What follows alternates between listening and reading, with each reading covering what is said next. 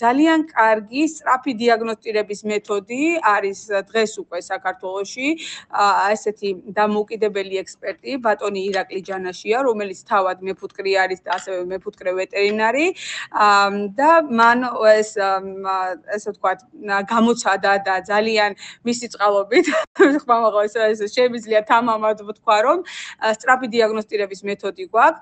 ჩვენ 352 დადგენილება მე ვახსენე დანართი ნომერი 12, სადაც ასევე არის გაწერილი ამ კონკრეტულ ტროფილელაპსოსთან პროფილაქტიკურ საკარანტინო ღონისძიებების წესებში, როგორ უნდა მოხდეს დიაგნოსტირება, საველე დიაგნოსტირება მათ შორის და კურნალობა და ასე შემდეგ. თუმცა აი ეს მეთოდი, რომელიც ახლა ბატონმა ირაკლი ჯანაშიამ დაამკვიდრა, ხო? და გამოცადა მაგალითად იმ წესში არ არის და არის ძალიან სწრაფი საველე ტესტირება, აი ძალიან მარტივად, როცა აი ეს ასაფხრეწი, ასე ვთქვათ, ეს წლიპები, რომელიც არის ესეთი დასაწებებელი, წებოვანი ლენტები, რომელსაც ასე ძალიან სწრაფი ხელის მოძრაობით დააწებებენ ასე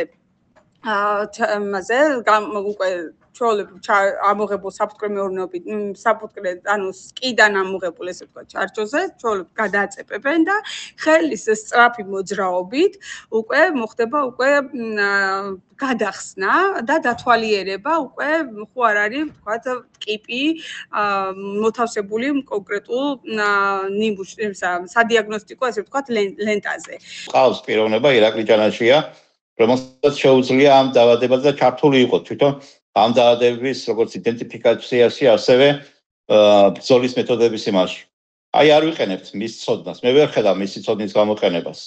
და მას სჭირდება სახელმწიფოდან მხარდაჭერა აუცილებლად და ასევე სამეცნიერო კვლევითი ცენტრის მეტი ჩართულობა.